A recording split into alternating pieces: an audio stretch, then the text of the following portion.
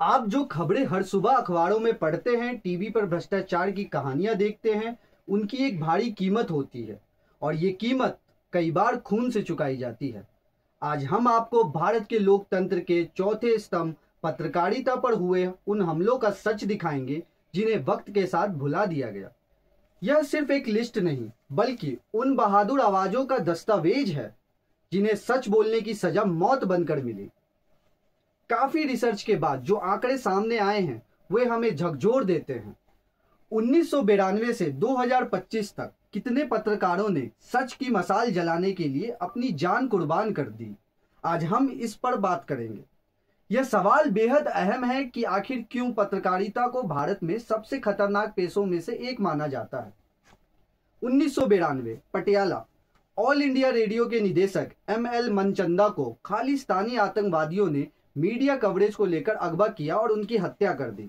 1994 कश्मीर सेना की गतिविधियों पर रिपोर्टिंग के कारण गुलाम मोहम्मद लोन को धमकियां मिली और उसके कुछ ही दिनों बाद उन्हें और उनके बेटे को गोली मार दी गई।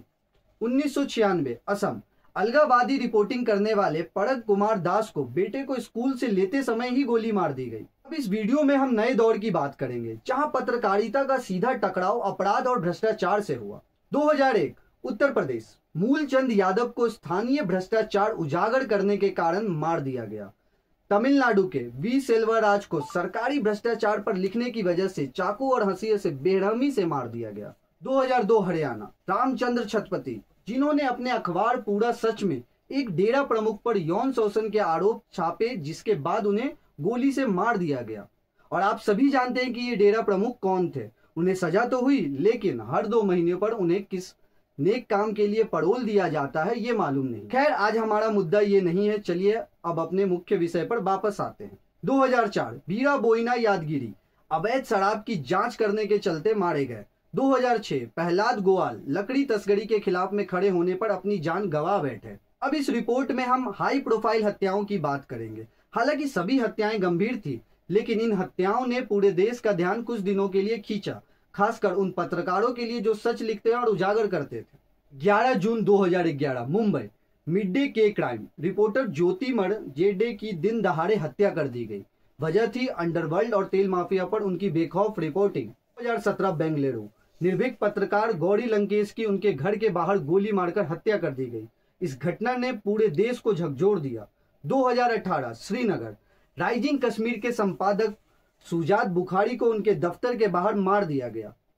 छत्तीसगढ़ 2025 स्थानीय मुद्दों पर अवैध गतिविधियों पर रिपोर्टिंग करने वाले पत्रकार मुकेश चंद्राकर की हत्या ने एक बार फिर दिखा दिया कि छोटे इलाकों में सच कहना आज भी जानलेवा साबित हो सकता है। उत्तराखंड 2025 यहां भी एक पत्रकार को स्थानीय अपराध और भ्रष्टाचार उजागर करने की वजह से अपनी जान से हाथ धोना पड़ा।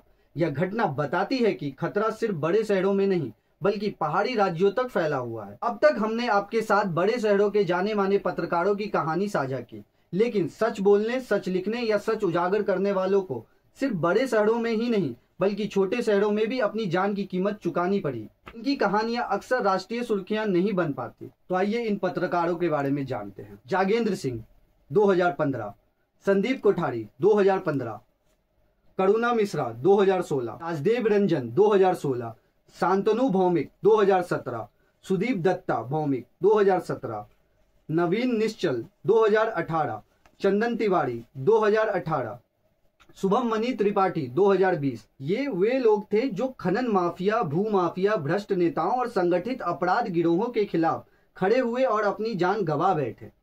ध्यान रखिए, हर बार जब कोई पत्रकार मारा जाता है तो हमारा लोकतंत्र पीछे हटता है।